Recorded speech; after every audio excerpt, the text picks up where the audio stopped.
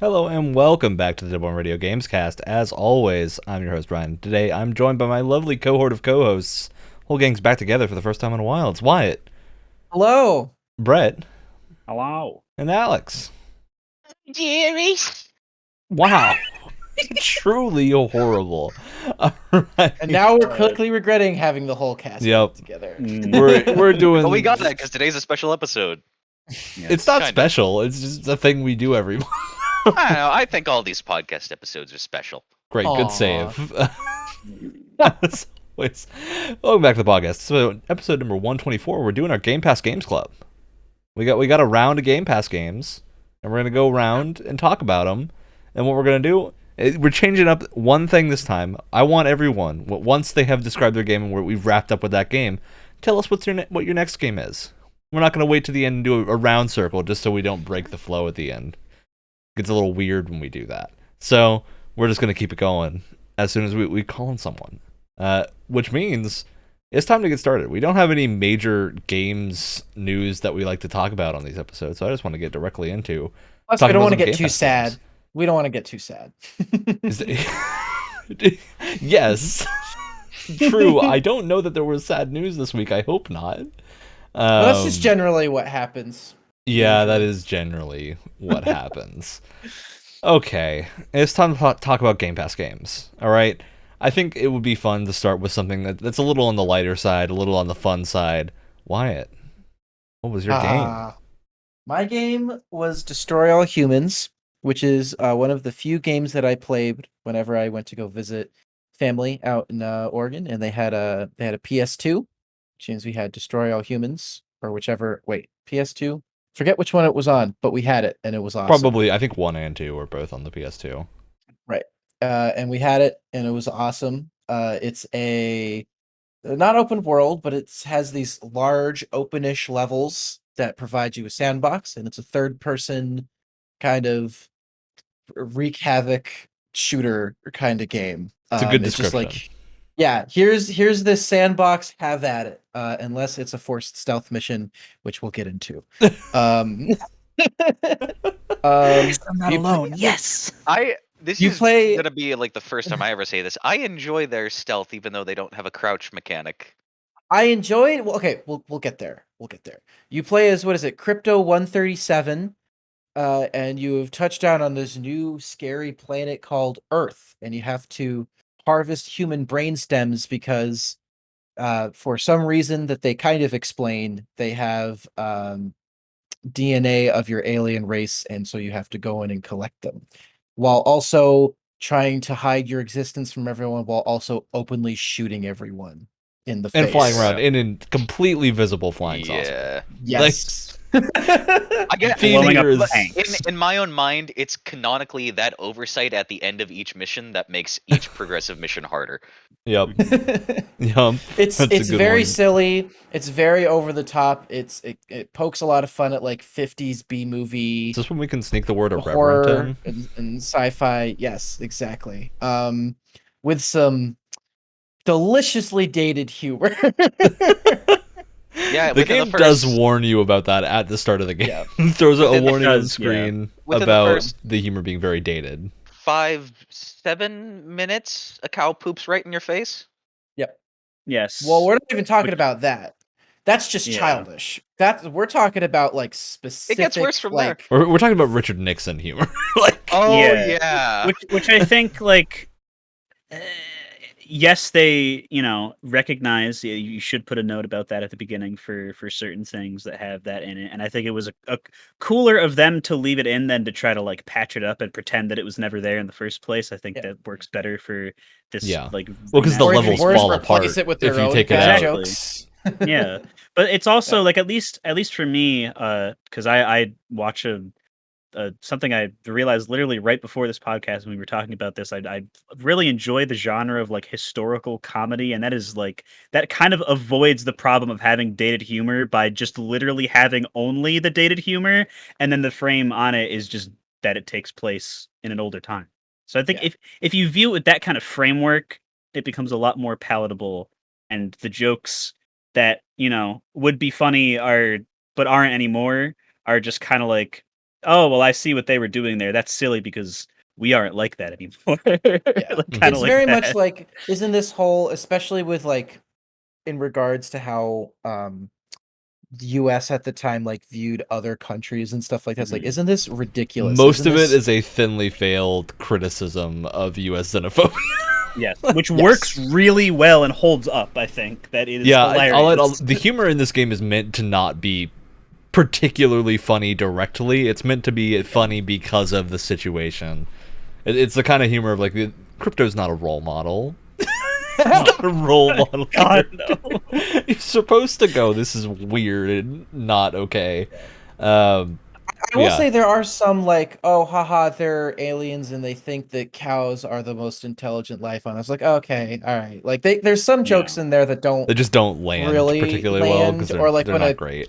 When he steps in, like, you know, cow droppings and stuff. I'm like, okay, this isn't that funny. I feel like they get a lot of their bad jokes out in the out of the way in the very beginning, and then when it gets into the more like 50s Americana stuff, that's when it kind of takes off. And then you have the mayor that sounds like JFK.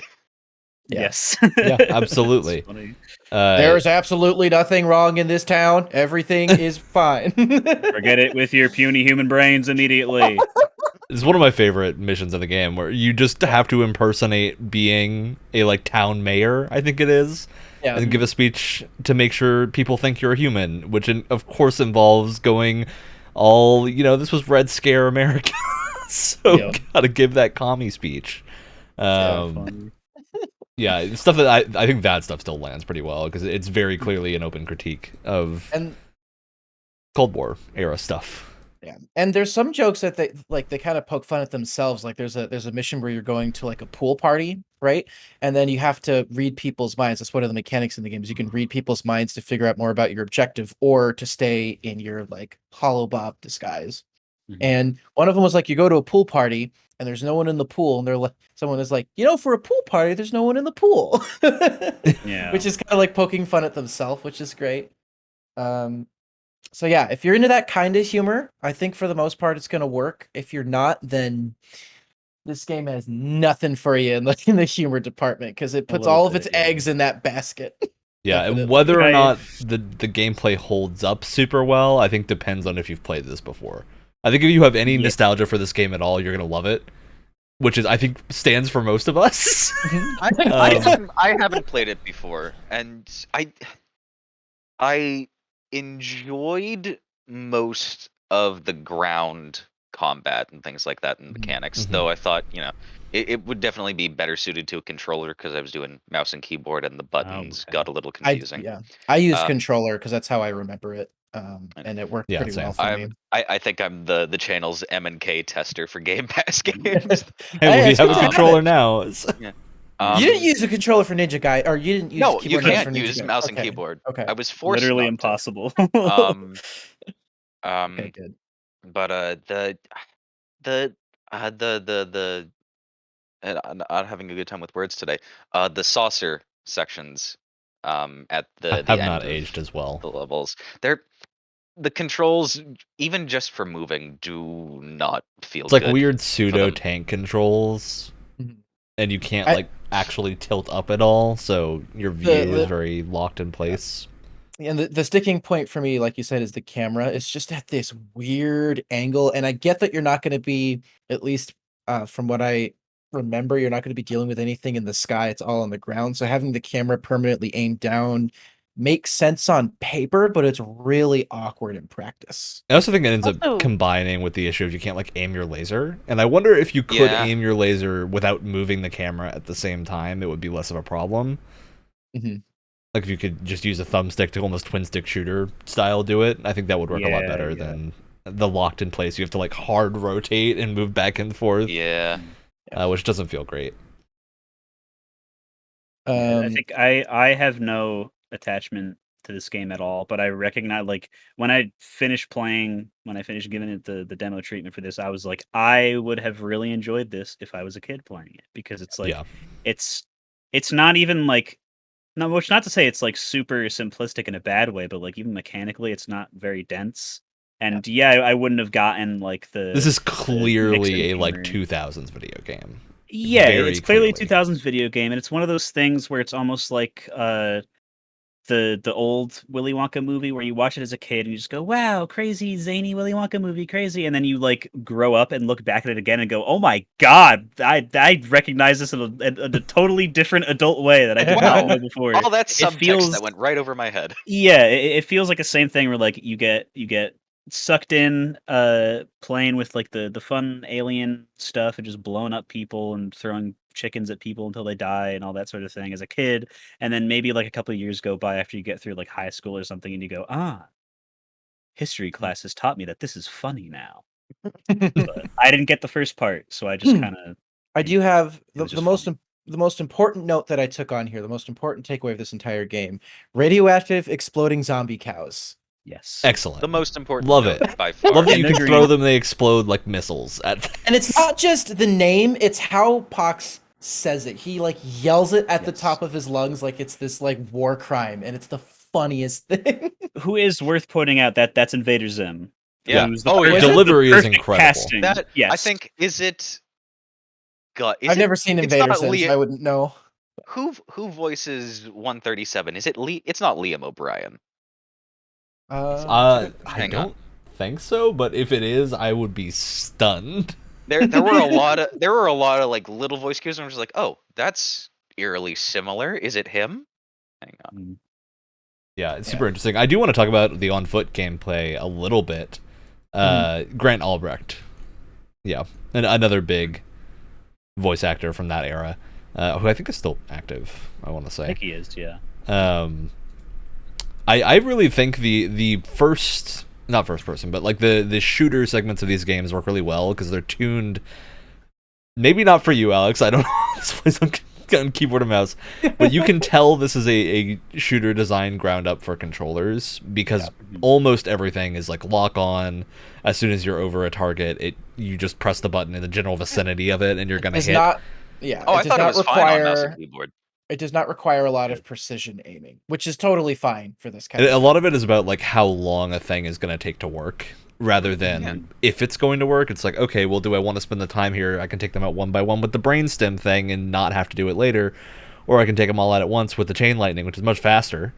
But I'll have to go collect their brainstems seconds afterwards. There was little one decisions like that. level when I was just surrounded by guys and I was trying to one by one get the brain stems of people just hopping jetpacking out of the way of their fire, and there was like this.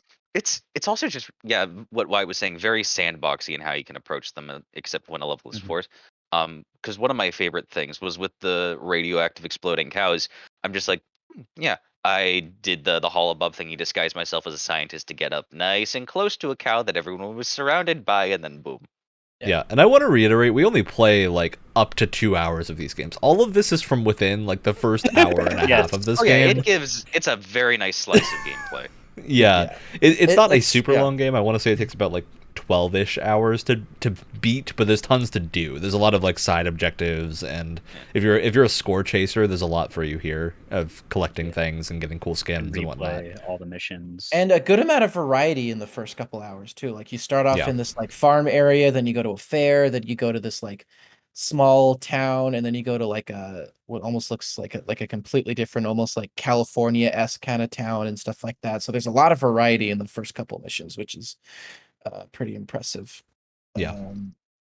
Which is great. And then I did mention earlier forced stealth missions, which their stealth system isn't bad at all. I like it a lot, but you the can way that disguise they yourself- force you isn't so great. Yeah. You disguise yourself as someone using a holobob, that person, or you have to like scan someone and then you like replicate yourself as them. It's That almost like person proto disappears. Hitman. in a Yeah. way. And then you can walk, and then That you was can exactly the vibe I got. exactly, yeah, you can walk around in different areas, and if you want to go into certain areas, you have to have certain disguises, which is very Hitman. And the thing is that it's on a recharge. There's like a battery limit, or just like a limit to it, and so in order to keep it going, you have to scan humans' thoughts and stuff in order to like keep your battery charged. Which, especially in the first couple missions, there's so many of them that's never an issue until they introduce the agents, which is a nice twist where they have this radius around them where it drains your battery really quickly if you're in the area. And so you either have to like use Mhm. distract on them or something like that so that their equipment shuts down and you can walk by them, which I was a thought- nice like kind of monkey wrench. for Yeah, I that thought system. as a base, the recharge was pretty, pretty simple upkeep, and then it gives you those tiny little, sometimes hopefully funny or dated bits of dialogue to listen to along with them. Yeah. The Yeah. problem is that it's a good stealth system, and if it's something that you want to engage in and that's how you want to do missions, that's It's great. a good option to have. However, When it is necessary. it gets annoying because you have to restart the section, which I will say checkpoints are, from my experience, were pretty like Generous? non-obtrusive and they were fine. So that's Yeah, good. the levels are never long enough that it's a big problem. But what that means is if you're doing a forced stealth section, it just closes off so many other like sandbox options for you. Like you can't have nearly as much fun if you're forced to do it a specific way. Like if you're saying like hop in a spaceship and blow up this entire fair, yeah, that's great. Totally fine with you forcing me to do that because everything is exploding and you're using a ship and it's awesome. But if you're sneaking around, it's not nearly as much fun because you're not engaging in the sandbox nearly as much. You can't start throwing things around and that sort of thing. And there were a lot of them in the first couple missions. Like I was Yeah. surprised because I do remember them being there and I was like, I'm probably not going to enjoy these as much as I remember, but like I was surprised how many there were. Yeah, they kind of front load it, which is a shame. Yeah. Yeah. I'll also say the Zap-O-Matic isn't like a great weapon to start with just because it's not a super satisfying weapon to use. Because I don't know, it never felt fun to use for me. It was like you hit the guy and they like start, and they I start, think like, it is a very PS2 design for I a much, weapon. I much weapon you prefer get- I much second weapon prefer you the get. force power of the pick up and throw. That's the fun too. psychokinesis is super fun. Yeah, and it's the physics for the game is kind of like the rest of the game where it's like it's simple but effective, right? Yeah. Like there's nothing in this game systems wise or mechanics wise that's like super complicated, but it's all really like well executed, especially for the era that it came out in. Yeah, and the remaster is done very well too. I think that's a Yeah. good point to point out here. The art style works really well. Mhm. They kept the heart of it and didn't try to like modernize it too much, which I think was a good call. Some of the faces are absolutely of the human faces are like horrific, but I think that's what they were That's going the for. point. Right, yeah. It feels Yeah. Yeah, the humans almost look like aliens to an alien. Yeah, Well, it almost looks like they're wearing like Rubber Uh, president masks. yeah, yeah, which is what I very liked about it. commonly. Yeah, I think this game has definitely hyped me up for the second remaster that's coming out very soon.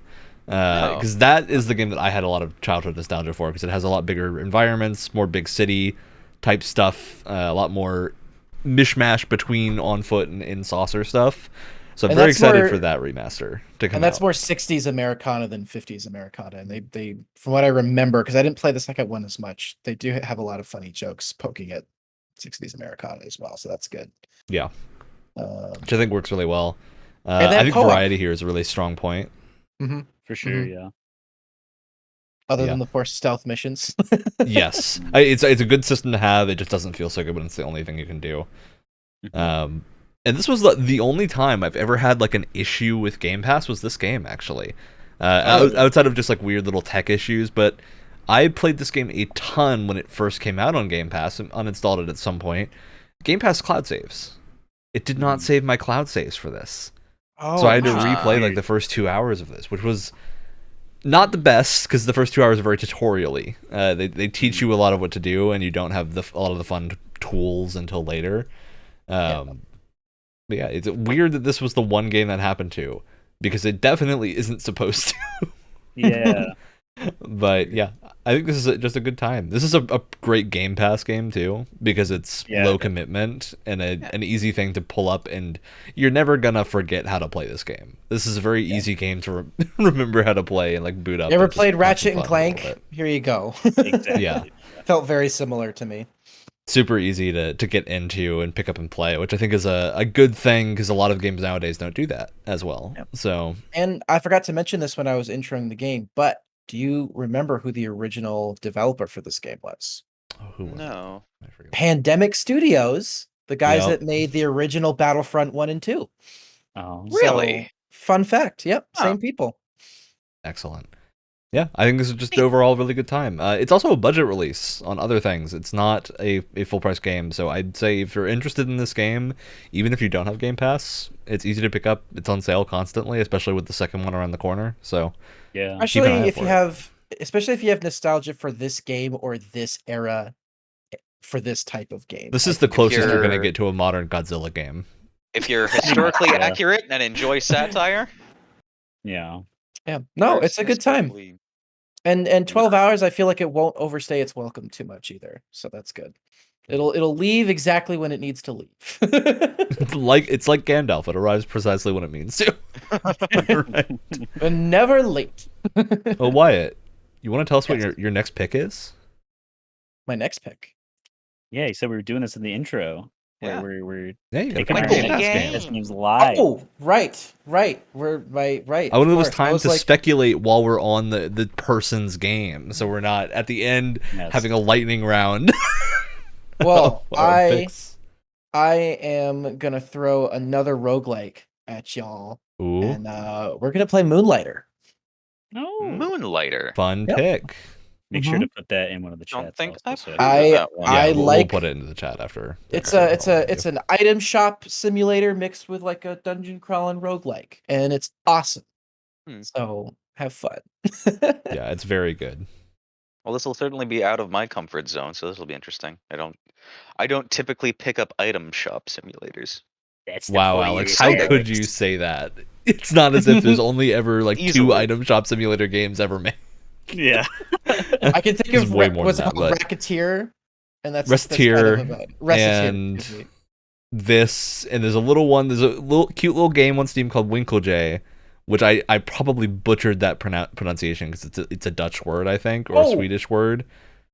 But it's There's shop also simulator. holy potatoes and item shop.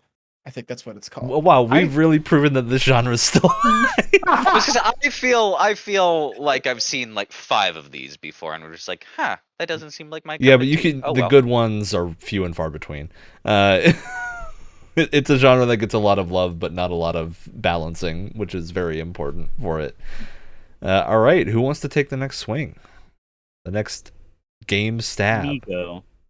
You go? I put my foot down. It is my turn, which means it is time for Omori.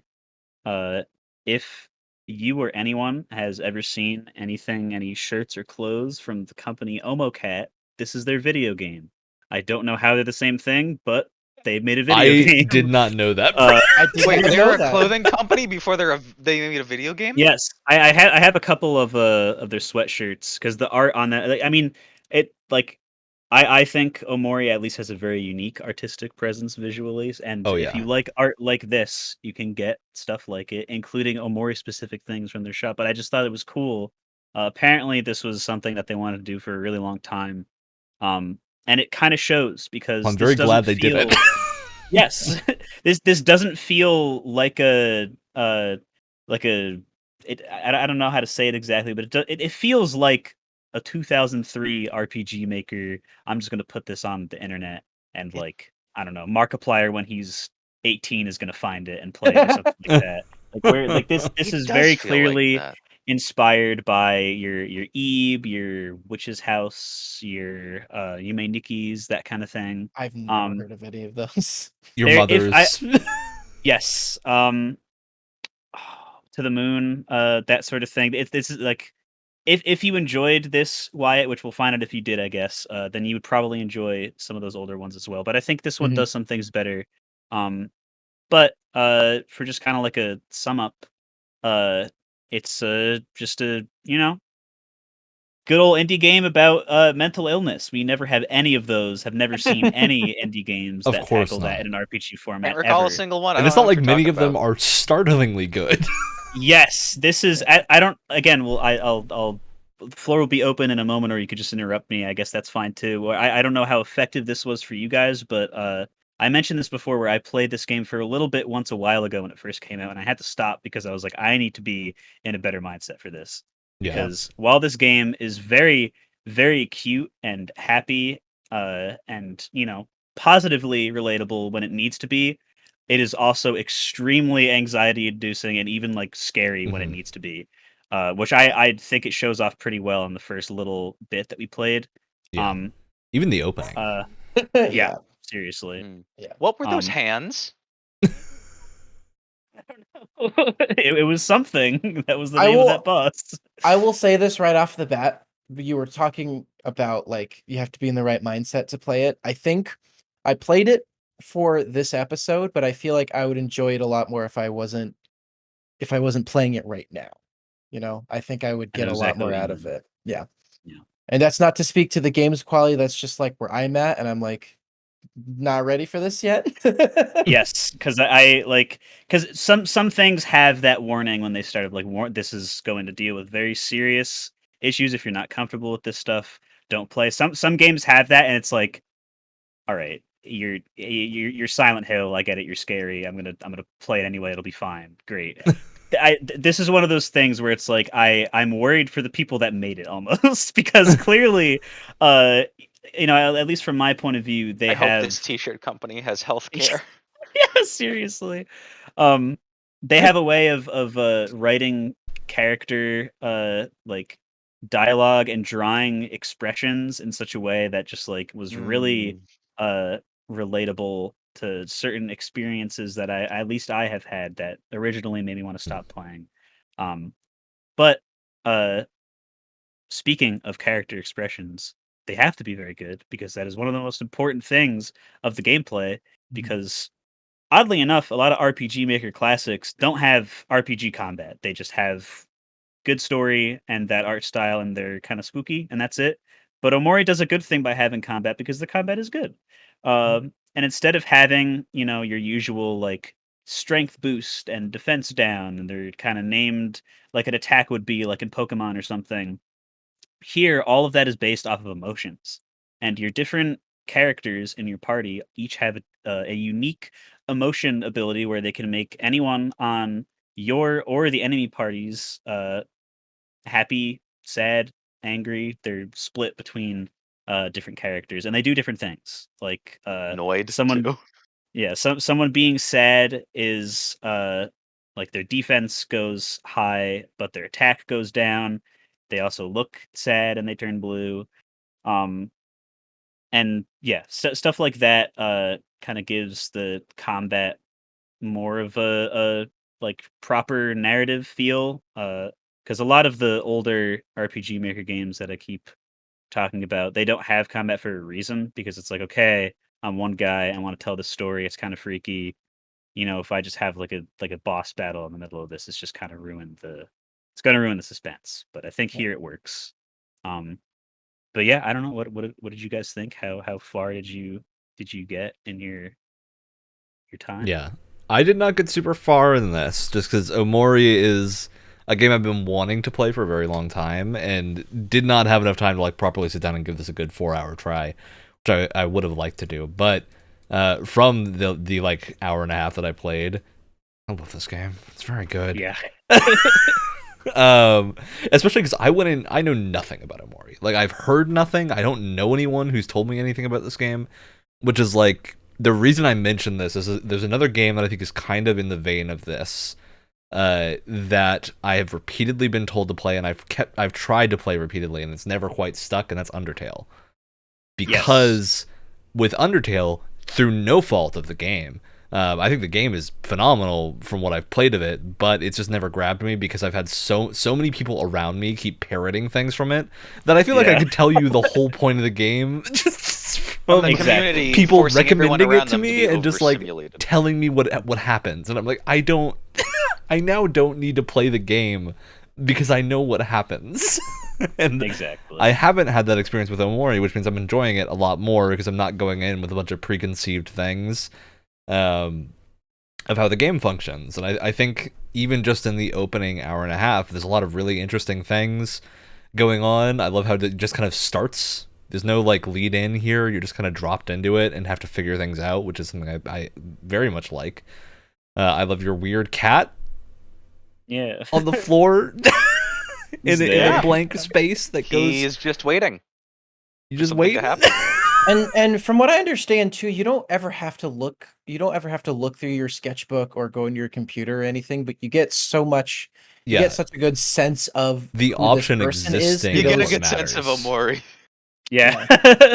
Did anyone when they walked outside, did they like go up to the like that pond area Yeah. where it says like, oh, you're like too afraid to swim or whatever. Yeah. And then there's that whatever shadowy It's like, oh, creature I thing understand in why the he's water. afraid. I get it. And I didn't get a good look at it, but I think is that the same creature that he draws in the sketchbook on like the last page? Yes. I'm pretty sure that's which- the same thing. Yeah. Love the sketchbook I- too. I'm- Gorgeous.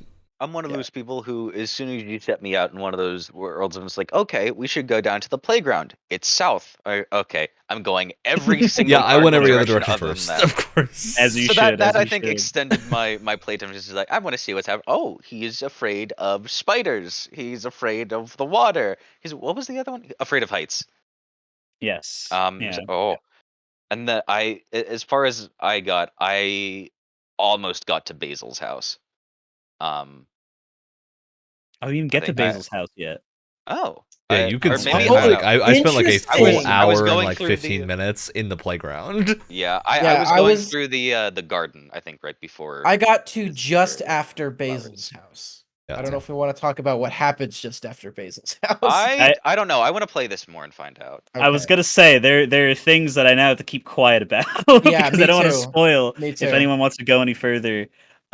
Which I think you should because my God, I will say that especially was- when I that was hear the what you point. think, Alex. That was the point Um, after. I'm not going to say anything, but there was a point after Basil's house where I was like, okay, I'm not in the right mindset to play this. Well, Yeah, there's that was also exactly the same for me. with Basil and with the character design, what you were talking about earlier. When you see just how like good the character design is, they're scarily good at conveying the subtler emotions, like seeing pain behind a smile really Yeah. hurts to see Yeah. it done well. Yeah, Yeah. it's super weird because, I mean, just from an artist's point of view, and you can either relate to this or tell me I'm wrong, Alex, our other resident drawer boy. But it is like, yeah, you can draw a character smiling and having fun or whatever, and that's pretty easy to convey. But it is really, really, really hard to do exactly what you said with like trying to like make a smile, but they're like totally faking it. It looks and like a veneer. there's and sometimes which it's you'll get to Basil's house someday, but just the expressions of just pure abject horror are also extremely effective when they do happen because it's not even that you don't expect it, but it's just the way that they're drawn is really, really good at just having because they all have those eyes that stare directly at you, and I Yeah. feel like that's got to be part of it. Window to You the know soul, what? right? Another one of the things that I think it struck me when I don't think I've seen abject horror yet, but it reminds me of like if a childhood Junji Ito was drawing calm before the storm Yes. moments. And Yes. all the sketchbook stuff was giving me Junji Ito vibes, and I love me some Junji Ito. So Of course. I'm very in. Another thing I wanted to mention along the lines of what we were just talking about is I love the writing of Basil's introduction in talking about photographs and photography and the idea of like photographing people just being people. Because I think I know I probably was this person for a little while in middle school or something who was into photography. And sometimes I think the attitude of I'm just going to take a snapshot of someone's normal life can come from a place of I don't have that. Mhm. So I'm going to capture it. And I think that's like just a little hint towards things going on that works really well. That probably doesn't click with a lot of people, but if you've been in that situation or you've known someone in that situation, I think it makes a lot of sense. I haven't been in it, but there's been since I went to a very art enthusiastic school, there were definitely Yeah. a lot of photographers that I was drawing alongside. Mm-hmm. I think it just conveys emotion really well, which has been a very effective me because I don't want to just compare this game to Undertale, but Undertale is the only thing I've played in the same vein of game that I think outside of like Mother Earthbound series. Which this is also very inspired by. Absolutely, color worth palette pointing is out. almost the same. Yeah. Because I haven't even played Mother, but I do understand like I was kind of getting hints of that. I was like, okay, everything is contextualized as like kids' toys or like things that kids play with, right? And not Yeah. because like in Mother Yeah. you have like the yo-yo and stuff like that, and here it's like, oh, juice is Mhm. your like Nutritious candy. yeah, Nutritious candy. or like, Mhm. oh, if you, like a hospital or something is like a cute little picnic with your friend and stuff like that. It's Mhm. adorable. Yeah. The one critique I think from what I've played of this so far, like I've played enough of these types of games to where I think the slowness of the walking no longer bothers me. Like it's something that I always note in the back of my head, but it's not an issue anymore. Um, I was having a lot of trouble reading the UI in combat. Mm. Specifically for when you want to apply emotional status or buffs or debuffs to your allies. Whenever you're I agree with going, that. whenever I you agree go with that. to it, the pointer finger shows you whose turn it is, and then it'll show when you're targeting the monster or the opponent in the middle.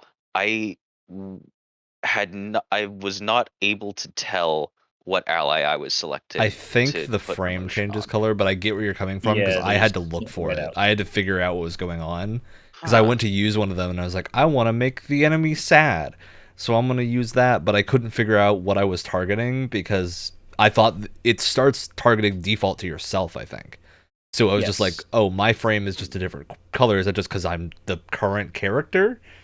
And went, Huh. okay, that's probably what it is. And then didn't think, okay, when I move the button, it moves, and it took me like a minute to figure out what was going on. Yeah. Um, I like hey, status effects. I'm a very status sometimes effect don't be guy. afraid of a tutorial. Yeah. Well, Uh, and here's the weird thing, right? Is the boss fight at like the playground, is that Yeah. optional? Oh Like you yeah, don't literal have to boss do fight. that, right? I The don't think literal boss so. fight. I Because I feel don't know like you because I'm could not 100% do it. sure all of us definitely took the route that Yeah, led to it. because We all you played hide always and because seek. you Yes. there's you no always go every direction besides the one you're supposed to go to first. You always talk to everyone. That's how these If games should someone be asks me if I'm played. going to play Yeah. hide and But seek, I'm going to play hide and seek. I don't Yeah. care. if you do play hide and seek, are they going to force you to play or not? Because the reason I bring that up is because like they have like this whole area just following, like after you play hide and seek and everything, you're like following the path, you're like looking at all the flowers and how it reminds Basil of different people and stuff. Like they have they explain things pretty well with like how the emotions for combat works and everything. But then with this first like boss fight, they just kind of throw you into it with like no tutorial, which is like fine because like, I can figure it out It's not that easily complicated. enough. It's just like the But UI but is so abstract that but Yeah. but it's it hard to wasn't an read. issue. It was just like it's weird how we're getting like if this is like if we're supposed to do this combat encounter first, it's weird that we get the tutorial for it after, which is Yeah. why I I'm think asking if it's optional because there's the no tutorial thing for it. the thing that makes it okay is that I don't think you can lose it because it takes what's it, boss or whatever his name is, the big His guy. name is Yeah. literally Uh, just Literally boss. yeah. boss. It takes him a while to charge up his big tackle attack, and then when he does it, everyone falls except for Except for Omori with one and health left. with one health, and that's like that's what happens. You can win I after am that. curious if you sat there and just like used status effect moves for however many turns, if you were I able to lose. But since I Yeah. haven't gotten in that many combat encounters, I would like to know if there was a way if you applied the same emotion to someone enough times if you could status them out of a fight instead of working on their HP. I don't know. That's a good question. I don't because even when I played this before, I didn't get too much further than I got this time. I've seen because again, I don't know mechanically how this works or what this even means, but I've seen character art of like their little UI pictures, but they're in like more exaggerated emotional states. So maybe later in the game they'll have something like that. Because I was wondering that too, like if you could pile on like I how in other games with status effects like Defense Down or whatever, how they have like stages of how many times you can do it before it stops yeah, working. Like if you I get them all would the way to max. th- th- I hope this doesn't say too much about me. I would very much like for Omori to read an enemy a sad poem so much that they just give up the will to live. because it's funny. That's dark. It's like what other game can you do that in? It might as well be this one. They Yeah. give you the option. I show you my sketchbook. No, I will- please don't. I will say this too. This I'll isn't leave the you game's, alone. This isn't the game's fault. This is more my fault. Because y'all know how I feel about turn-based RPGs. So as soon as the combat started, I was just like, attack, attack, attack, attack. Ugh. I want to get back to the more interesting stuff. Let's just get this Wow. over with. I know, Jeez. and that's harsh. unfortunate. That is not to say the combat system is bad. That is saying I have no patience. It is That's- outside of what emotions that's saying. pretty standard, at least in the early Yeah. game. I'm sure there's probably more things. I added to did it later, notice. but I did notice the like emotions system, and I thought it was cool. And I wasn't sure if that was like something that's very unique to this game, or if that's something that is like heavily themed, but that's something that's definitely in other like. Because I don't know if that kind of thing is in other turn-based RPGs. I think wasn't sure if it might was be unique in one or. other. That I've I mean, status effects are in every turn-based RPG. Yeah, they're just just not But the in way that they, abstract the way that they emotions. tackle it, but the way that they tackle it specifically. Yeah, and there's no like there is no more complicated combat system. There's no like active time. It is Yeah. just turn based. There's no like action. There's no press turn. There's no strategy elements or whatever. It's literally just like make sure Have you played use- Pokemon? Good, you're good to Yes. go.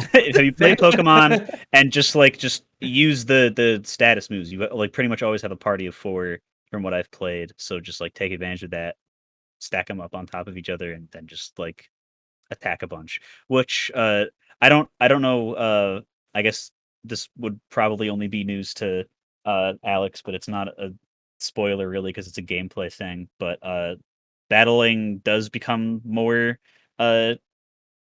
like deep because they give you a boss fight right in front of Basil's house with just a bigger version of the little plant guys that you fight. Mhm. And they introduce this mechanic of like, okay, you have an energy bar on the bottom of the screen, and this game's version of like a limit break basically is their magic your points or mana points.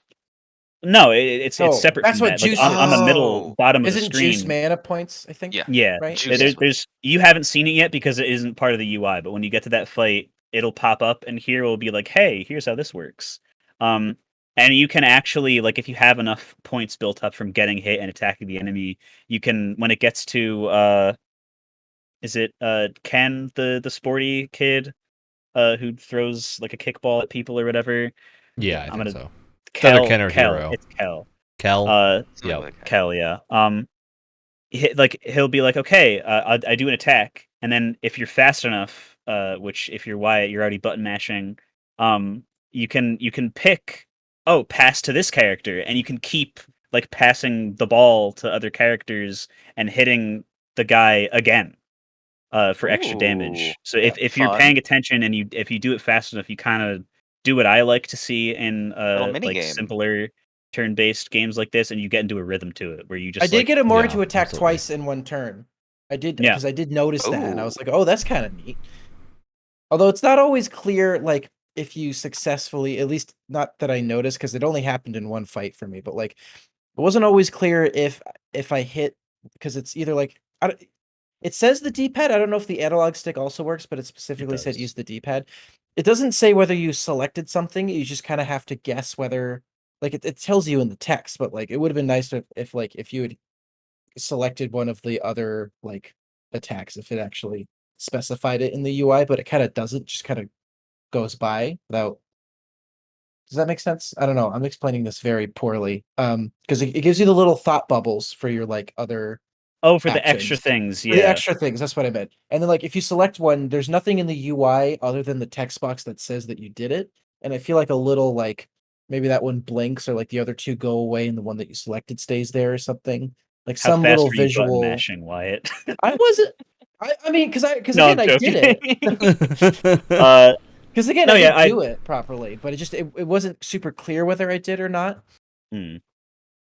And Yeah, that's a I think small it's- thing because again, it does tell you, but like it would have been nice to have some little visual of like, oh, you selected this one, you know. Yeah. The It's biggest a nitpick. the biggest thing for me that I'm able to step past because I just think it's cool and unique is definitely the combat UI because like you need to have the characters' faces on the screen for it to work. And Mhm. also, this game is trying to, be like the old school RPG Maker stuff. So I think the original aspect ratio is just a square, if I remember correctly, on Yep. It PC. is. Which, if you're, because I was playing on console, and I don't know if you guys had this option on PC Game Pass, but you get nice little like borders, like it's a I did, yeah. Yeah. we yeah. do. But still, like the screen is still a square, and so they have to fit all that on like one thing. And they didn't want to squish everything because the art is nice. You don't want to make that too small. Uh, I think it's a cool little layout because you get like if an enemy does an attack that hits your whole team, you get to see a little version of them like running around and hitting all your teammates and stuff. It's very cute, but at the same time, I could totally see it just being just an assault of bright colors on the brain all at once, and just like Yeah. it's hard to tell what's going on. I think the simplicity of the combat tends to make that not a huge issue, but at the start, when you first see it, and the lack of a tutorial, if you are fighting boss for the first time, makes it a little bit just hard to parse in that moment, because you're having to like figure out what is targeting what, and a few different things that just aren't explained. Which I don't think this is a big problem. It's just like the little minor thing that you got to keep track of. Mhm. Yeah, overall, I think Omori is very, very good from the little bit that I played. I think this is definitely something I'm going to be playing right now, basically. I want to This finish is it. Yeah. skyrocketed Share us- up to my list. Share us your screen, Ryan. It has a great beginning because it's like it's trying to act like everything is normal, but you're noticing all these little things, and you're like, Yeah. what's going on? And it's like it's such a great You feel the vibes immediately. yeah, it's a great Mhm. example. I know this is something that's often like heavily criticized in meme, but if you've ever seen JJ Abrams' TED Talk on mystery box style of storytelling, this is a really good example of that, where it's a story, it's a world that's this box, and as you open little parts of it, it answers some questions but raises more questions, and as you continue to open the box, you're getting a better picture of what's going on, Mhm. right? Um and it's a great example of that, because like, no, everything's normal, it's just a bunch of kids hanging out and playing hide and seek. Also, there's these weird creatures that are off to the side sometimes, and you draw really messed up things in your sketchbook, but everything's normal. It's fine. Don't worry about it. The weirdest thing here is that there's two kids working out in the corner of the playground. Don't question why you No have a kids stare would at the ever screen do that. option on your TV. Don't question that. Yeah. Don't question why one of the little kids you're playing with literally looks like a zombie. It doesn't matter. It's fine. It's okay. Yeah, I think this is a really good time. Any other final thoughts? Oh, music, great. That's the only other thing I wanted to add. Yes. Soundtrack, Worth pointing out. excellent. Very good. Even the little like sounds, like menu sounds and stuff, just Yeah. sounded really, really pleasing to me. I will say, Ryan, if you do end up making this the game that you play now, I will also, because I want to play this We got game, another game club and coming up. we should do another games club. Yeah, Even though absolutely. Soul Hackers 2 is coming out, I will do this also because I've been meaning to play this game for like. It's also short, to my understanding. think The so. only thing I've heard about this game from reviews is that it's relatively short. Because I think I there's know multiple nothing else. endings. Oh. Yeah. We'll find out. Mm-hmm. That sounds like a threat. Hey, Brett, Me. Yes. what's your next Let me game? make sure I'm remembering it correctly. I know nothing about this. I just think the screenshot they had looks cool. Chinatown Detective Agency. Brad. Thank you. There we go. I like to imagine that was Alex's first choice or second choice, and he was like, "I need to do was it my if first nobody else choice, does and then I it." saw the game that I wanted to do again. Oh, nice. Great. All right. Well, that's what we like to see. Okay. I'll leave it up to you, Alex. You want to go first, or you want me to go first? I'll go. We did silly, then we did serious. We'll do a little silly again before we get back to the Very serious. silly. Oh yeah. The game that I chose was the Procession to Calvary, which is a very fun little medieval painting style point and click adventure. Very classic. Oh yeah. Yeah. I love yeah. your little lass going about. The opening cutscene, I think, establishes everything you need to know about this Oh, game. perfect! It is- It's a Laughed out perfect loud. character. That was amazing. Yeah. Can I kill people? Can I still kill people? No. The war is over. During those cutscenes, the comedic timing is so perfect. The only thing I think that Dodge would make roll this and game stab someone better in the back. is the cast of Monty Python voice Yeah. acting. Yeah, Yes. Yeah. That's I mean, let's get that out of the way. This looks like Monty Python and the Holy Grail, the animated sequences. It does. It's so Well, it's because I Yeah. think so the way similar. this game did the art, I remember hearing something about this. I could be wrong because I don't have sources for this, but I think a lot of the art in the game is royalty-free, old, medieval paintings, which are know. almost entirely in the public domain, so you can just use them in things as long as it's not the same thing. And obviously, this is a game that's made out of like image manipulation, so it is, I think, largely real paintings.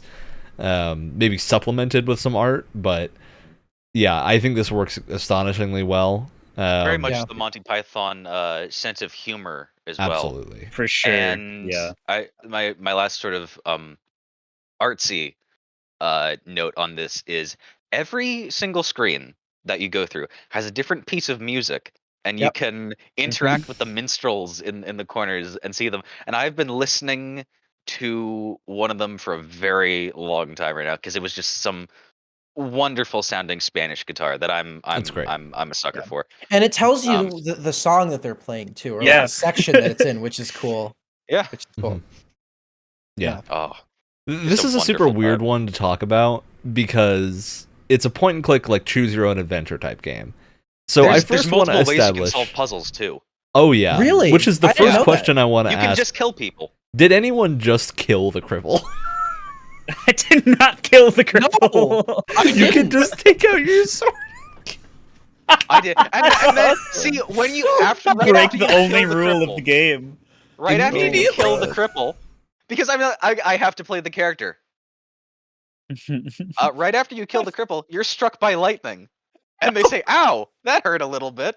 Oh my god. Yep. I think the more people you kill, the more the lightning will start to hurt. So I think there might to be my multiple knowledge, love there that. are two ways to play this game. There is the kill everyone route and the do the things to go kill the one person route.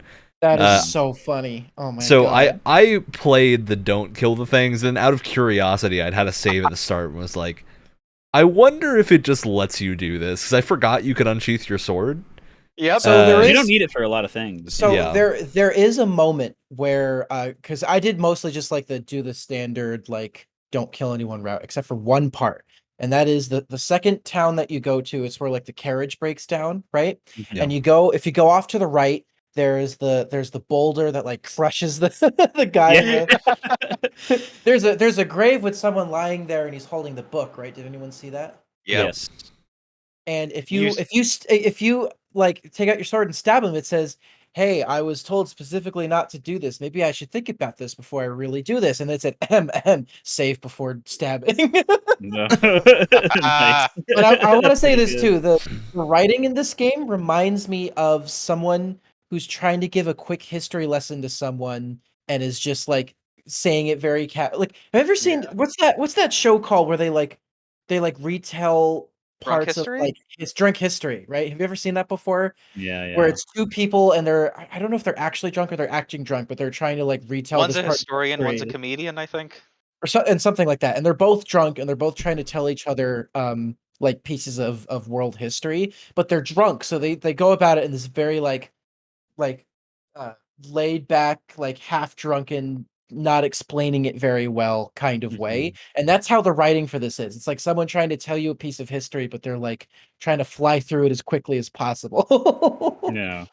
Which Yeah. either that's going to work for you or it doesn't, but I feel like if you look at it through that lens, I enjoyed the humor a lot more when I thought of it in Uh-huh. that way. And it Mhm. grew on me very quickly. Because at first I was like, I don't know how I feel about this. And then like, I think after the part where I think it was to the part where you go out onto the docks and you just see two naked guys like wrestling for no reason. That's when I was like, okay, I think I like I this understand the now. kind of game this is. Okay. Yeah. I was super iffy I don't just think I like want looking to touch their clothing. I was super iffy just like looking at the thumbnail being like what even like is this what are these assholes making me play this time? I just what am I gonna waste my hour and a half doing?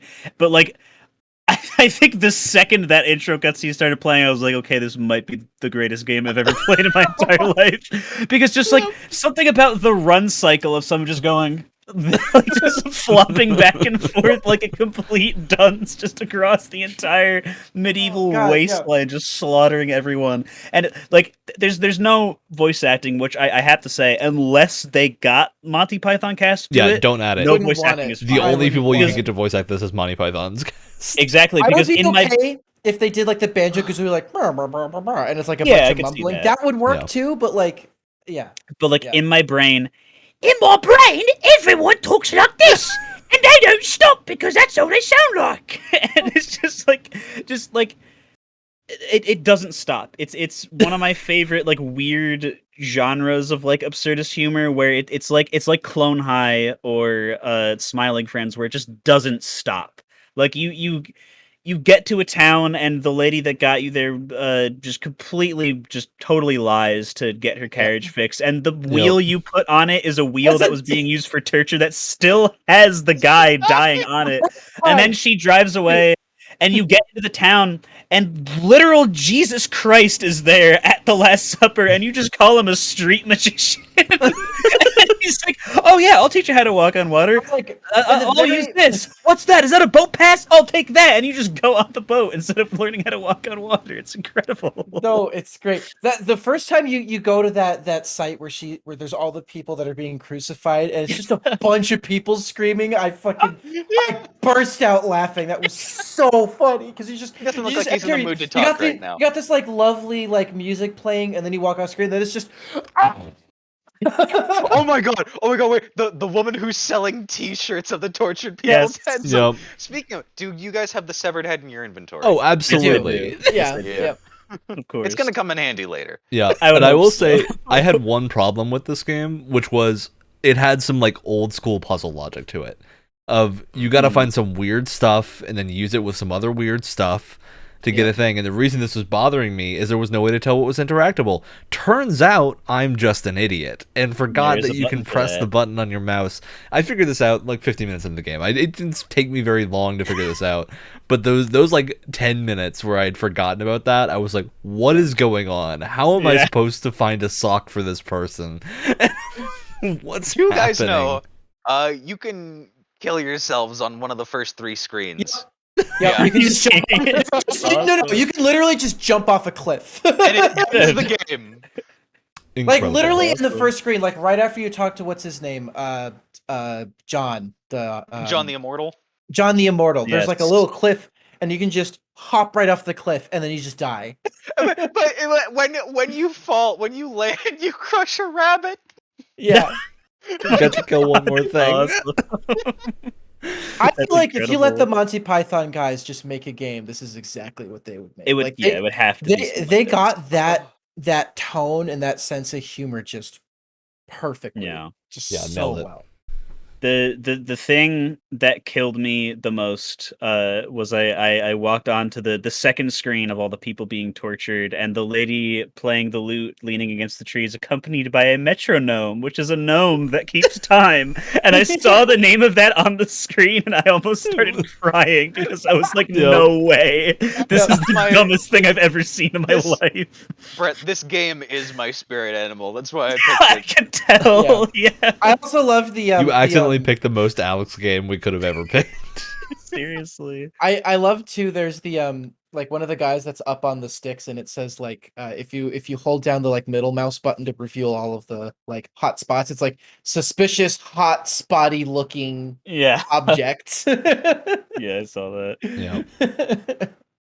Yeah, Oh, this was it was a great. good time. Oh. Especially having not directly paid for it. This is, to me, like the Mhm. perfect thing to just have delivered to your games library and be Yeah, like, what is totally. going on? How much is it Um, normally? Do we know? Like $10. It's not expensive. That's It's perfect. it's Oh, a I'd super. pay- I'd Yeah. pay $10 just to see the main character just do this. But this Just game is like a wobble weird around. sell. I think this is a game. If you see any of it in motion, you're gonna know instantly if this is a U game or not. Yes. Yes. And I there think will if be you're a people this fan game of- is not for. If you're a fan of Monty Python, you're gonna like it. This is like, again, it invokes their humor and that tone just so perfectly. Yeah, man. it's also, just be aware, there is some humor that not everyone's gonna like. I did have a priest ask me for a little boy with rosy cheeks. Yes, which is there because that's the church, and yeah, but that just makes it funnier. It's really funny, but there will be some people that won't like that, and so you're forewarned to not play the game. You're gonna have to confront the realities of humor. Realities of humor, and the realities of the Middle Ages. Yeah, Tackled in one fell swoop. Wow, it's almost like a little bit of aged humor, just like in Destroy All Humans. Full circle, even though we're not done yet. Crazy. Yeah, absolutely not. Wow, crazy. Yeah, I think the art here works phenomenally. This is a hard thing to do because it looks simultaneously really good and really cheap. Yeah, which I think is exactly what they wanted. Yeah, it's hard to nail a style like this. I think a lot of the times you can just lean into looking bad, but this to me, it's got a bit of that like South Park art style to it, where it's like it's obviously very lovingly crafted to look kind of bad. Yeah, and at the same time, though, like if you just blur your eyes a little bit, like any still of the game minus UI, like that could just be like a medieval, like pre-Renaissance era painting, because sometimes you'll just have like what's supposed to be like the castle of Joe and his many followers, and it'll just be like, yeah, there's Joe and he's 15 feet tall and his followers are all the size of rats, and then there's just like a big like bird in the corner with like human feet, and then there's like they have the band playing the music in the game, because I'm sure the guy making it was like, there's so many random bands playing music in the corners of these paintings that I just have too many, and I'm going to put them in now. It's very hilariously fitting. You've got to cite your music sources. Of course. Yeah, great time, Alex. Anything else to add? Good pick. You guys did. I really enjoying playing this game, and I'm gonna continue to play it so much more. I'm gonna finish it. It says a lot. Sure. I'm someone that, like, someone with no patience. I have no patience for games like this like point and click thing, and it was so you can take funny. The murder route. It was so funny that like I wanted to keep going because I was like, what insane crap am I gonna see on the next screen? Yeah. All right, Alex, hit us with your next game. My next game is Midnight Fight Express. Ah, yes. Ooh, bringing out the new releases. I like it. Coming out the 23rd. You have to wait 2 days for it, but I saw, melee heavy action as you fight your way across a city? Express? Rad. There could be a train in there somewhere? Yes! Yes! Yes! He's gone feral at just the prospect alone. Gone feral. All right, that means it's time to talk about what I think will be our most contentious game of the evening. Ninja Gaiden Sigma. Oh man, balls in your mouth. This game is an action not RPG. It's a character action game, spectacle fighter, whatever name you want to use. Think Devil May Cry, Bayonetta, that type of deal. It's also a game from the original Xbox era. Just keep that in mind for all the criticism we were about to lay down. And I will add, I'm going to give the criticism, right? This is the game that I played the most of. I've almost finished it. In fact, I've almost 100%ed it. Oh my god. Jesus. I want to say this before I say what I have to say on the game. I think for an original Xbox game, this game looks really good.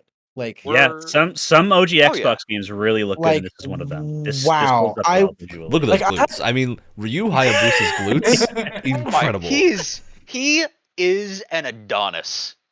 Oh yeah. If you had told me that this was like a super early Xbox 360 game, like a launch game, you might have had me fooled for like half a second.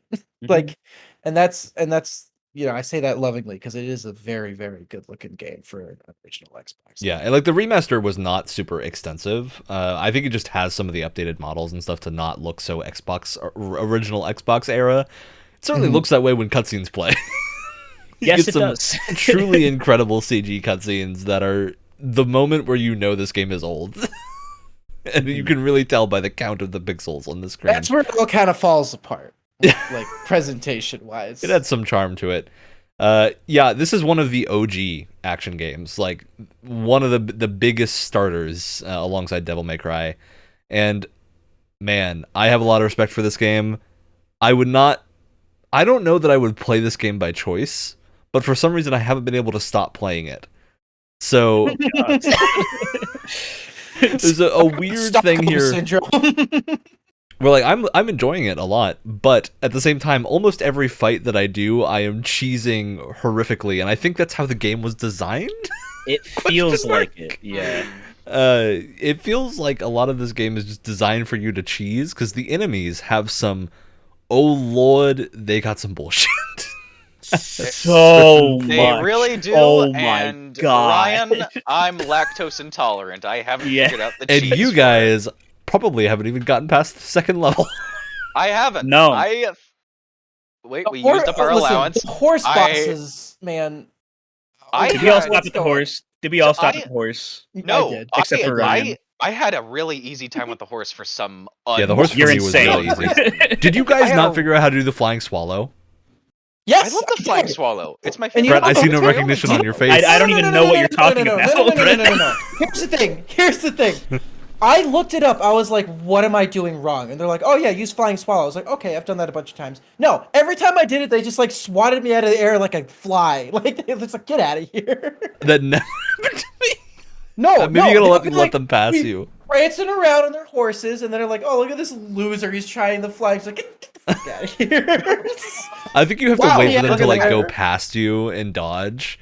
But the flying swallow, Brett, is the move that auto hones you in on the enemy's head and like you do a neck slice in the air. It's like the thing you need to know to get through the entire game, because it does become extremely necessary in the later areas, because you will be swarmed by 15 demons, and they will keep stun blocking you unless you jump in the air and do a flying swallow repeatedly to kill them all. And I think that's exactly what the developers wanted you to do. Because Okay. So much It's for player satisfying. expression, I guess. because you dash through them and there's like a big head pop. Here's But the thing. man, Here's the other thing about flying swallow as an attack, right?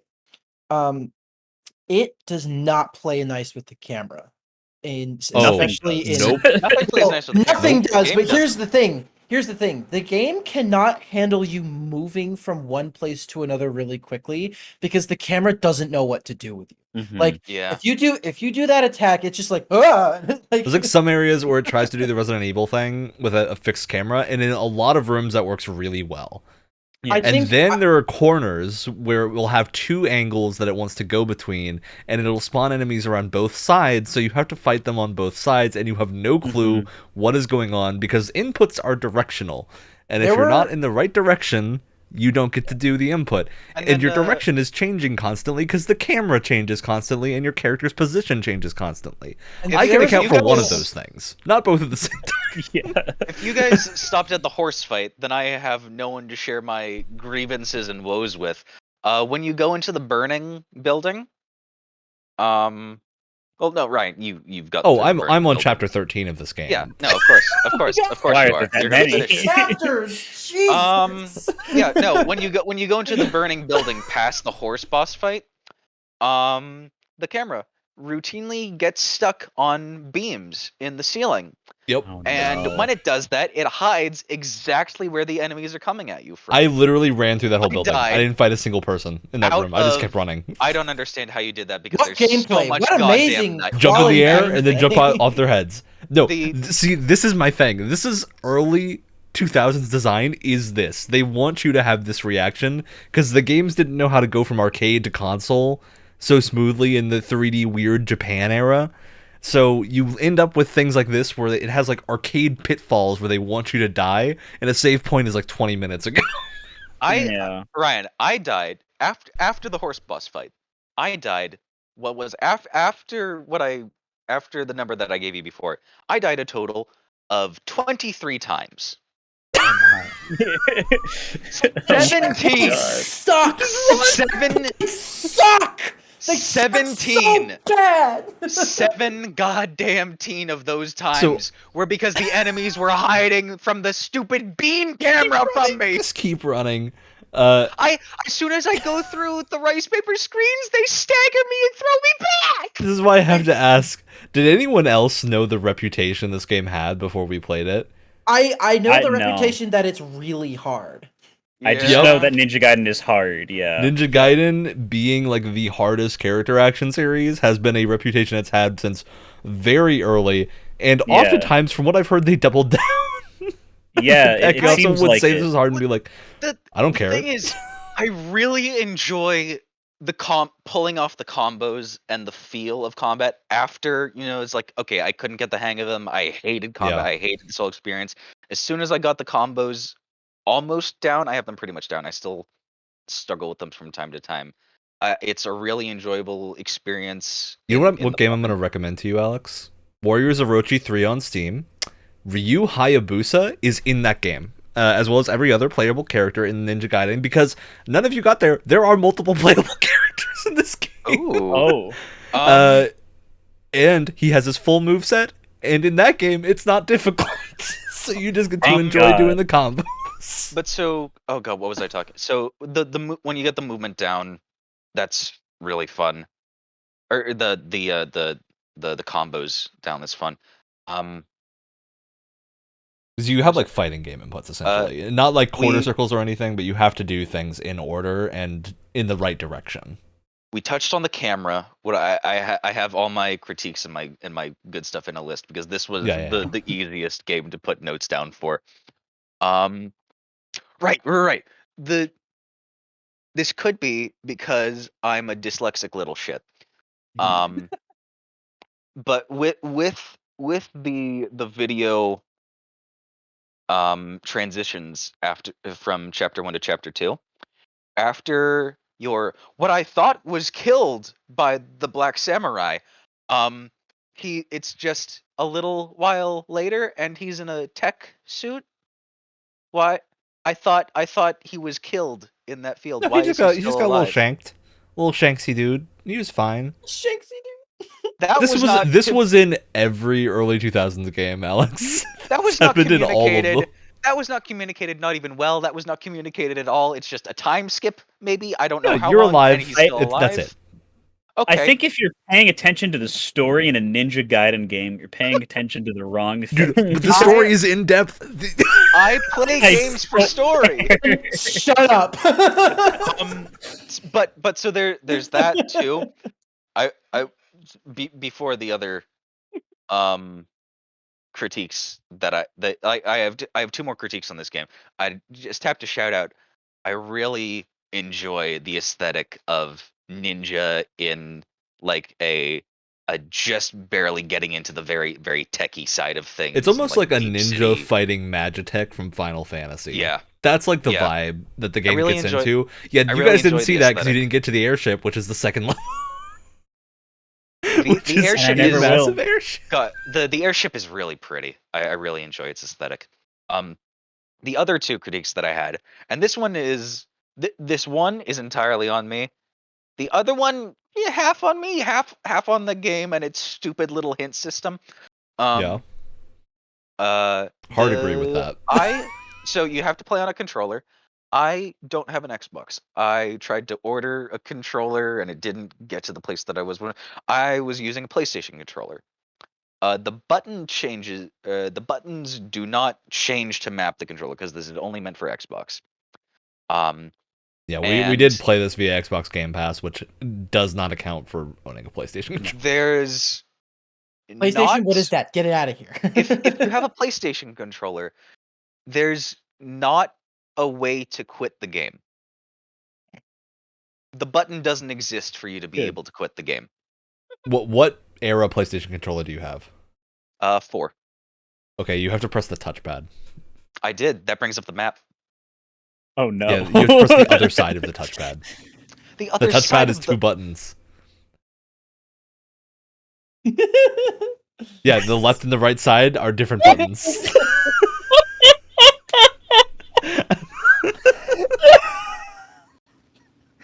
Also, You make your life a lot easier if you install DS4 Windows because you can change what they do. I'm so glad I made you play Ninja Gaiden. Oh my So god. Yeah. Alex, if it makes you feel any better, I did not know the touchpad was 2 separate buttons either. But I never use a PS4 controller, so I literally would not know. Yep. It's 2 separate buttons. It always has been. I need something sharp to bang my head into. No, I agree with you. It's weird. You might also sometimes if you're using it in a PC and you haven't changed the settings, the share button will also be the button you need, and not the touchpad button, because the share button, if you're on a PS4, of course you don't want to press that unless you want to take a screenshot or something. But on a PC, you don't use that unless you've rebound it to be like a screenshot key or something. So sometimes it just is the select button instead of the touchpad like it normally is. So there's a lot of buttons you got to try pressing. Anytime I wanted to quit the game, I had to go die. Which feels very apt for what the game is. Yep. Because I could do the continue, no, quit. And also I will say throughout all this, I did not choose to abandon the path of the ninja, because while it is gonna make it significantly easier for me, if I'm gonna play this game, You get I'm made gonna fun play of. it. Yeah, you get. What does that mean? I don't. The game care. will literally make fun of you. Well, it makes. But fun like of you. It makes you mechanically, what wear- does that do? You don't get rewards for beating the game. You don't get unlockable costumes or anything, which is what, if I was to ever play this game a second time, I would only want to do it in a different costume. Why would you do that to yourself? But but the only one of the physical drawbacks from you choosing abandoning the path of the ninja is you get a little pink ribbon around your wrist, which I guess is a diss from back then. It's just so people, if they see a picture of you playing the game, they clearly know that you failed. And you sucked. Because that's 2000s video games. Does abandoning the path of the ninja, does that make the game easier? Yes. Like, what does that do? It makes enemies, it's a lot harder for enemies to detect you, I believe, is one of the things. Because they don't explain what that is. It comes up don't. on the screen after the game, and that comes up on the screen, and I have 2 deaths. reactions. My first reaction is, I don't know what this is. Absolutely not. That sounds like it's going to send me that this is from the era of we haven't realized we're out of the arcades yet. This is you are out of tokens. Would you like to go back to the main menu thing? That is what I thought it was. They don't tell you what it is. So I go, no, I'm not pressing that. I have to keep playing this. And my other reaction is, it automatically puts you on yes. So if I'm mad, I'm going to button mash on that when I'm trying to respawn, and it's going to do that. It confirms a couple times once you select it. Okay, because I did do that. I did button mash one time because I didn't know this was a thing. So the first time it showed up, I almost did it by accident and was like, "Oh no, I don't want this. Get it out of here." Yeah, but the fact that it is there, it's like it's a even more snarky kind of thing as like the Dark Souls Prepare to Die edition, where it's like, yeah, we know our game's hard. Are you Sigma male enough to play it? Like, you better be.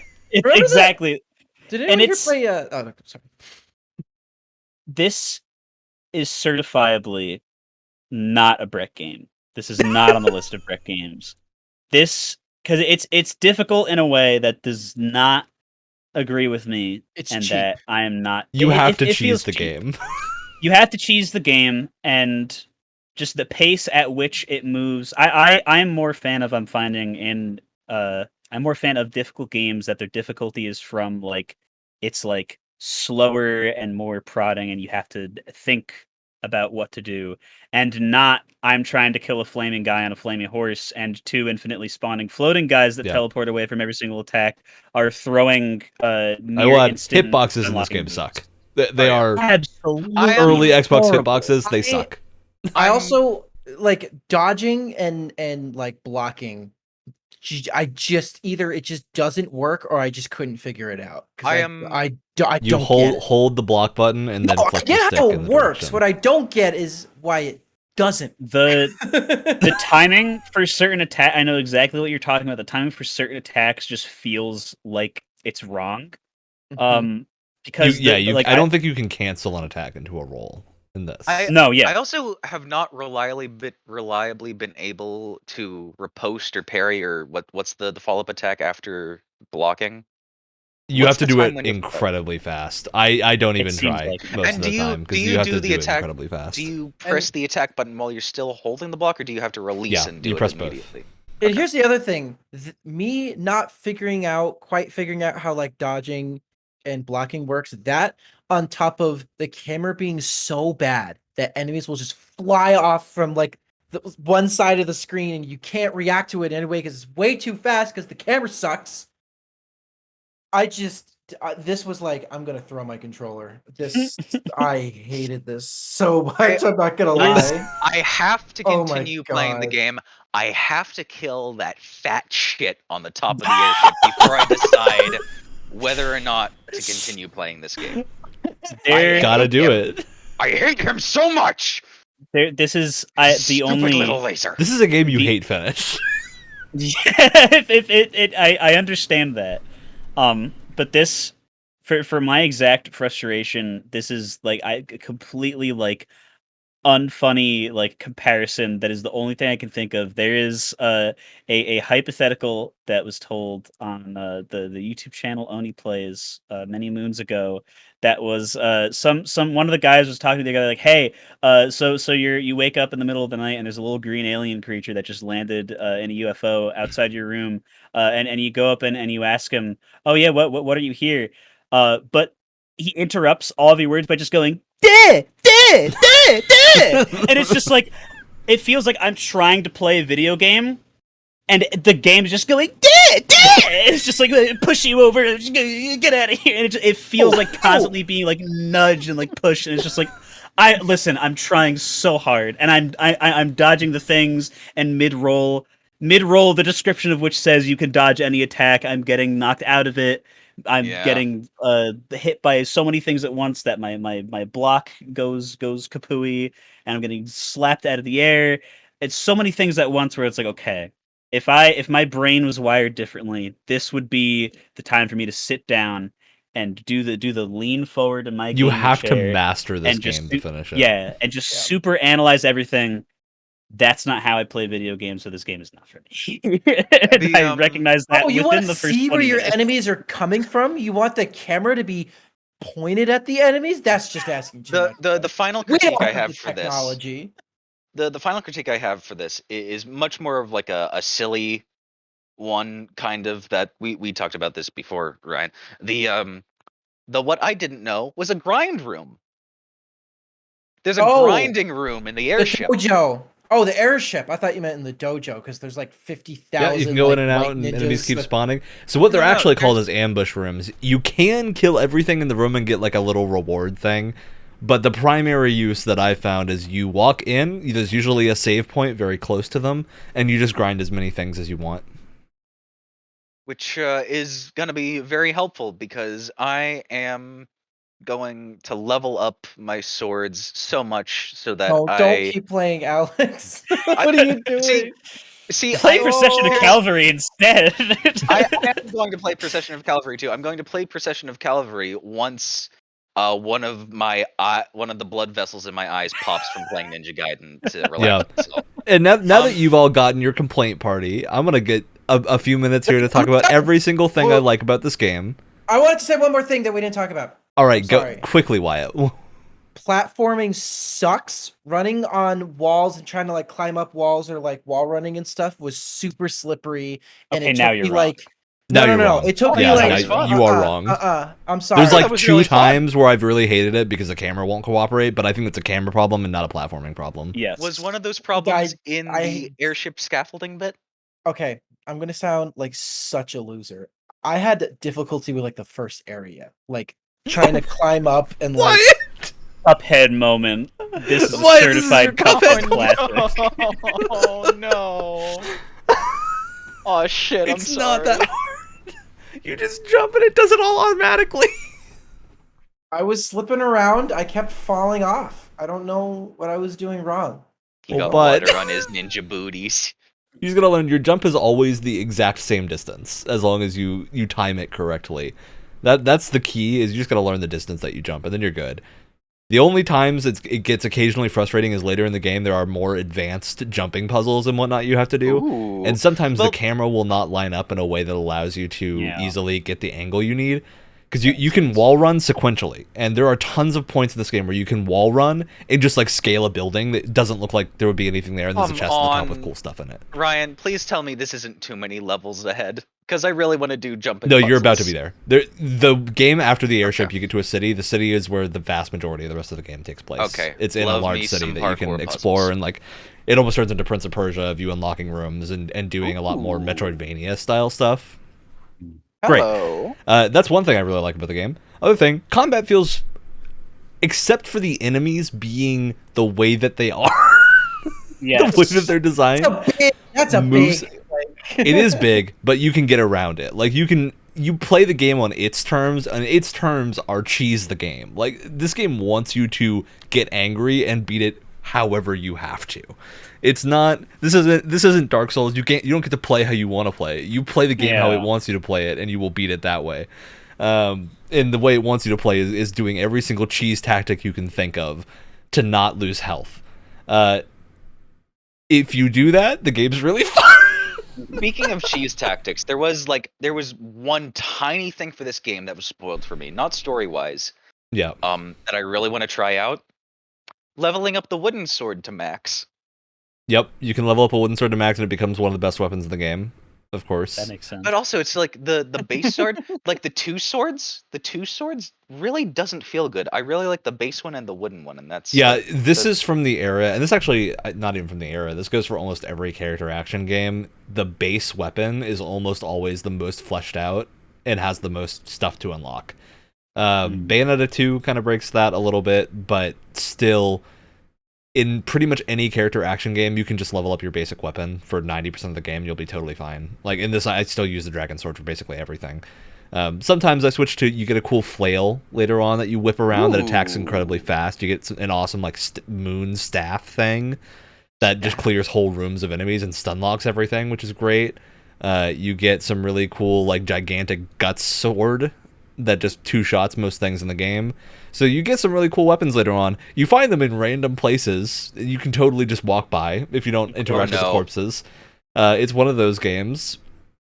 And yeah, it's that kind of thing. You gotta I recommend having a guide open for this game. I tried to play 90% of it without a guide, and I hit the point where I was like, okay, I'm never gonna find half of this stuff. you gotta find all those health pickups, or I'm screwed. You I would rather recommend- explore the game and have an idea of where to go than just keep doing this thing of not finding things. You recommend having a Gaiden open while you play the game? Yeah, but not Ninja for Gaiden, combat. I think you need it more for exploration because you can leave areas and never come back at certain points, and so it's good to. I'm not just go- sorry, Yeah. Brett.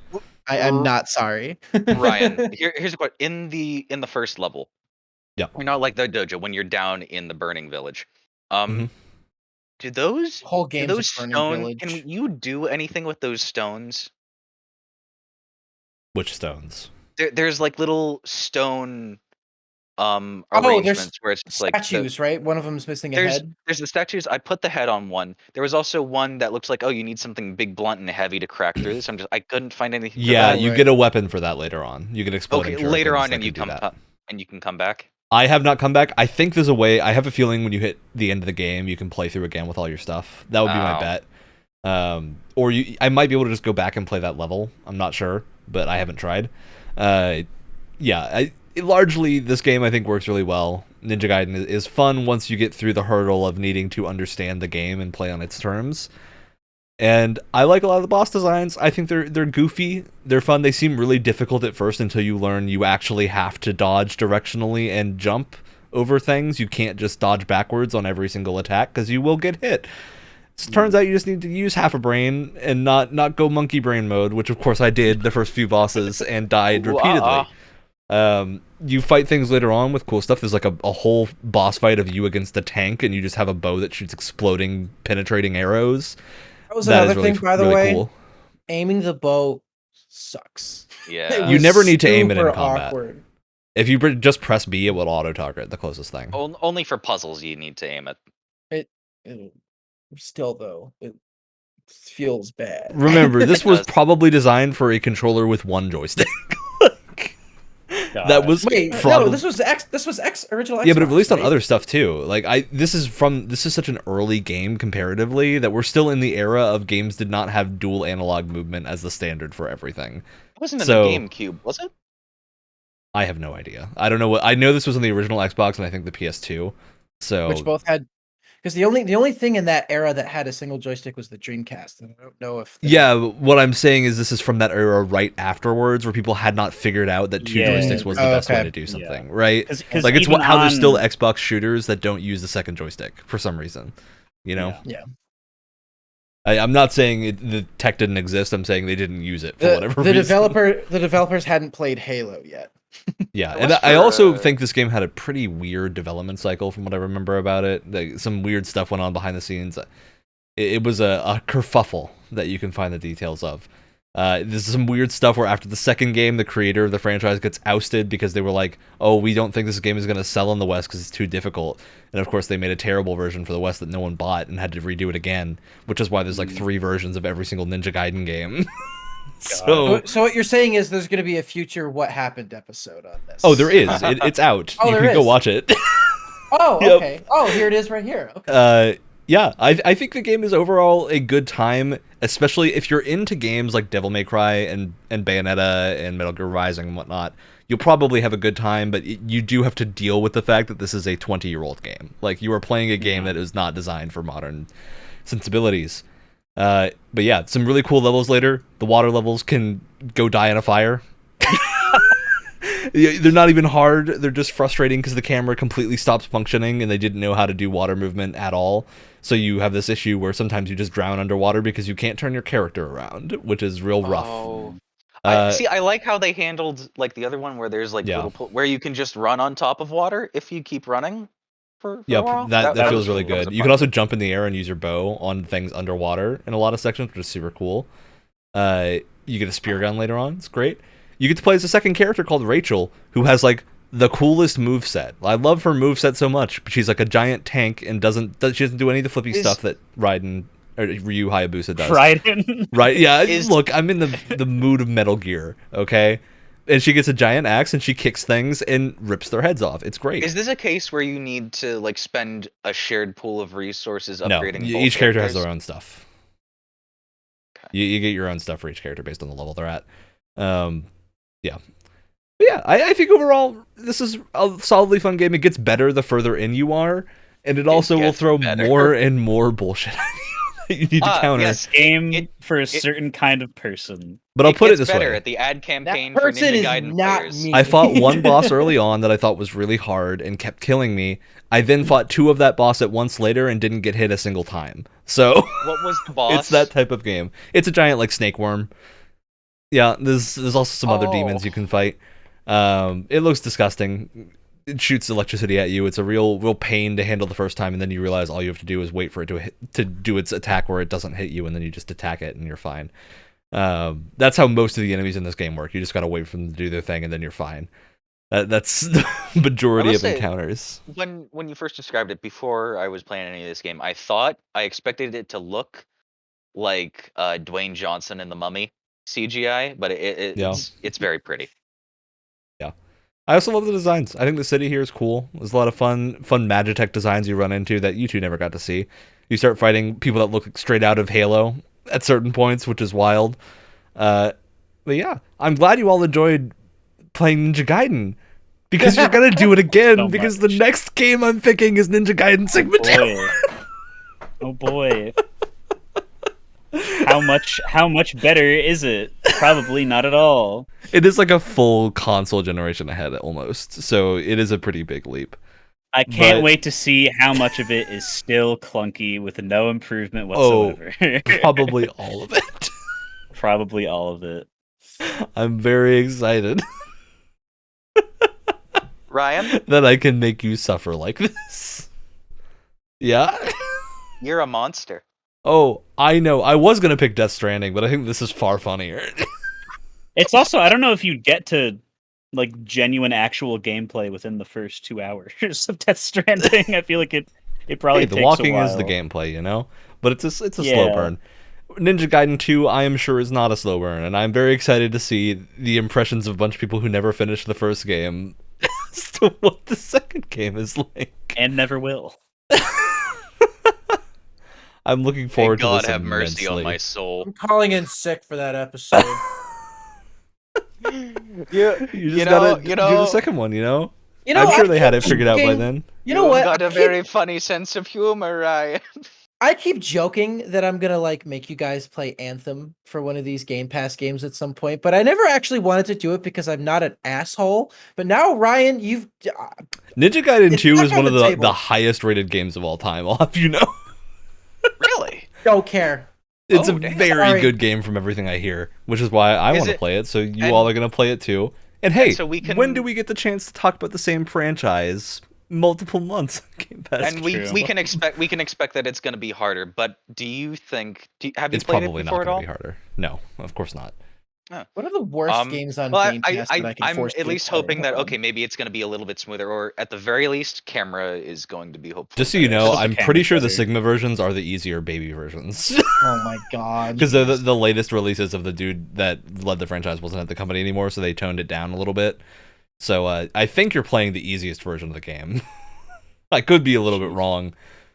From what I've come to realize, because I have so many friends that do this, that do QA in the game overs, that there's just a certain genre of games that if you enjoy doing QA, you will like playing these games more. We're literally like boiled down to the point where it is just like you could describe it as beating your head against the wall until you understand exactly what the game wants you to do. And there's Look, just I will kinds of say games- part of this is to motivate me to finish the final 2 chapters of this game. which again, I'm not saying You're a that sick like man. I've been trying to avoid this whole time saying that this game just outright sucks. It is just not It for me. really and is a I- product of its time. I think that's the Product of its truest time. thing we can say about Ninja Gaiden. Yeah, and it's a very certain kind of difficulty where, again, if you literally just enjoy doing QA testing for games and just seeing what works as a full-time job, you will probably enjoy. And maybe you'll games lose like some progress this. and have to replay a boss fight to get back to where you were. You know, because you some reason didn't save after the boss fight. It's got to consider God. that, because I definitely did that twice. Ooh. That was the Oh, moment God. that was the moment where I was like, no, I'm done with this. Is when I died at the 2 horse guys, and then I realized that the checkpoint was all the way back at the beginning of the village again, and I was like, okay, nope, I'm done. I realized that mid-fight, and I was like, not here. I can't do this either. This is I was like, hoping no, I you don't want die. to do this. I don't want to And do yet you've this. played pretty much every Souls game. Well, because it's a different kind of difficulty. It's not at all the same Yeah, kind of yeah. game. I think. It's not like Souls games aren't bullshit. Well, they are in different ways. They don't like. Yeah, they are. They're not the kind of game that Ninja Gaiden is. When you were doing that, that reminded me of the Smiling Friends episodes, where it's like, dude, if you do that again, I swear to God, I've got to put you through. Because it's the same people that made the first joke. Yeah, and I do want to just venerate Team Ninja for a second, because Team Ninja, Yes. developers of Ninja Gaiden, often fly under the radar, but continually create extremely good video games that people don't give a lot of credit. They've helped on most of the Koei Tecmo games that come out, a lot of the Warriors games, but they're most known for things like Neo and Neo 2 Yeah. and Stranger of Paradise Final Fantasy Origin and the I've upcoming heard- Wolong Fallen Dynasty. So I've heard that especially like Neo 2 is like very Neo very good. is excellent. It's that's what I've heard. an incredibly good game. Also, way harder than I think anything else in that space, at least at first. Oh, Just because It's very hard. a lot of the difficulty just comes from, in that game, it's a loot grind. So if you come up against a boss before you're at the item level you should be at, you're going to have a rough time, because you're going to get hit once and you're going to fall over like a butterfly that's had its wings ripped off, and you're just going to be like, what happened? That's your cue to go do something else and grind a little bit before you attempt it again. But yeah, I think pretty much everything Team Ninja has spearheaded recently has been very good, which I'm glad they didn't die, because there was some weird stuff that happened with Ninja Gaiden 3 and the studio almost closed. So real glad they didn't, because I want to play Wolong Fallen Dynasty real bad. All right. That's the show. We talked about all the games. We announced our next set of games. Hey, it's time for shoutouts. I'll go. I'll I save mentioned- mine for last. I mentioned it Oh, earlier. What happened? The YouTube series is awesome. If you're like me and you're obsessed with like the behind the scenes drama of like video games and movies and stuff and how all that stuff goes down, you need to check out that. I might have shouted it out before. You but have. it's such a. Yep. I have fun. I don't care. It's a really It's really by good Matt series. McMuscles, by the way, if I you're was looking for just it. about to say that. It's by Matt McMuscles, and it's great. And if you're into that kind of thing, so Very good. All right, I'm going to shout out Netflix's Sandman. I don't usually like a lot of TV shows. It's good. I'm having a good time. you especially don't episodes are really like very- Netflix adaptations. I usually don't like many Netflix shows. Actually, I say that I'm watching 2 Netflix shows right now that are really good. So it's a hit or miss thing, but at least I hope the Sandman ends well. It's the kind of thing that I could totally see this never getting a sequel and just being a really good 1-season show that has a lot of cool episodes, but there's a lot of really cool filmmaking techniques in it. There's a lot of fun interactions, the like fantasy urban mythology. Super cool. And the fact that he has a weird bug helmet. Excellent. Love the weird bug helmet. My shout out is for a movie I watched last couple days called Vampire Hunter D Bloodlust. It is a anime from I think 2000, literally at the very end of the Cell animation heyday, and it is one of the most beautiful movies I've ever seen because they pull out every single technique in the book, and it is crazy. If you just want like Mad Max but vampires are real, yeah. You also you're watching it and you just see groups of giant manta rays come out of the ground and fly over, and you go, I see you from software. Miyazaki watched this movie too, didn't he? And then you go to the castle where all the candles and lighting is red, and then you go, yeah, he did watch this movie, didn't he? Probably more than once. Probably. But it's very good, so I'd recommend it. It's your turn. Alex, that's you. Alrighty. My shout out is to a little song that I just discovered today. Jeff Goldblum's jazz pianist career. What? Oh. Jeff Goldblum plays jazz piano very well. Incredible. You know what? In retrospect, he looks like the guy who would. He looks like a jazz. He looks like a high school jazz teacher. And he also, You know what I mean? Mm-hmm. he does, and because he's Jeff Goldblum, he is able to do scat lyrics with facial expressions while doing jazz piano. Oh. Wild. What a talent. That's crazy. What a bizarre, wonderful talent. And on that note of Jeff Goldblum's surprising piano career, we're going to be back next week. Tuesday morning, 7 a.m. Eastern Time on the podcast platform of your choice. See y'all next time. So that's the show. I hope I run into a horrible, mortal wound-dealing accident before the next month comes, because I don't want to play Ninja Gaiden 2. I'm going to, out of nowhere, all of my Xbox controllers are just gonna break, and I won't be able